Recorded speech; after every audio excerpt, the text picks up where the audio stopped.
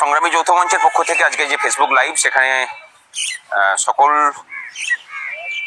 শিক্ষক কর্মচারী বলবো নাকি রাজ্যবাসী বলবো, যাই হোক সবাইকে স্বাগত। আরেকটা প্রহসন হলো বলতে পারি। বিচারের নামে বিচার পিছিয়ে দেওয়া, বিলম্বিত হওয়া, এটা অ্যাকচুয়ালি প্রহসন ছাড়া অন্য কিছু নয়। কারণ বিচার ব্যবস্থা নিজেই বলছে যে বিচার বিলম্বিত হওয়া মানে সেটা মানে জাস্টিস ডিনাইড। এটা কিন্তু ধারাবাহিকভাবে চলছে বিগত 2 বছর ধরে। এরকম একটা গুরুত্বপূর্ণ বিষয় 2 বছর ধরে শোনার মতো সময় কোনো বেঞ্চ বের করতে পারলো না। আমাদের কাছে একটা অবাক লাগছে।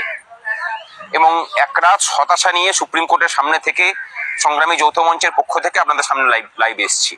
হয়তো অনেকে বলতে পারেন আমাদের পক্ষ থেকে আজকে এই মামলায় কেউ ছিল না কেন।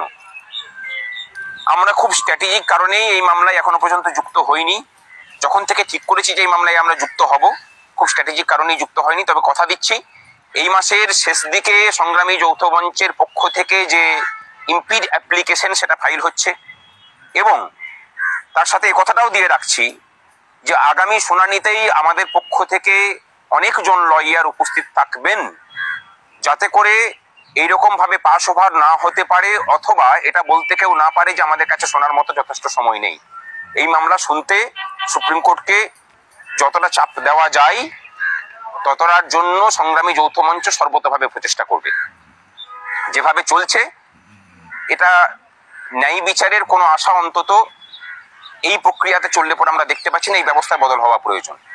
আমাদের সরাসরি প্রশ্ন মানে বিচার ব্যবস্থার কাছেও যে কোন অপরাধে অপরাধী হয়ে কর্মচারীদের সাথে এই প্রহসনটা চলছে, এটা অত্যন্ত হতাশার। এবং আরো বেশি করে হতাশার আমাদের অবসরপ্রাপ্ত প্রণম্য কর্মচারী শিক্ষকদের সাথে।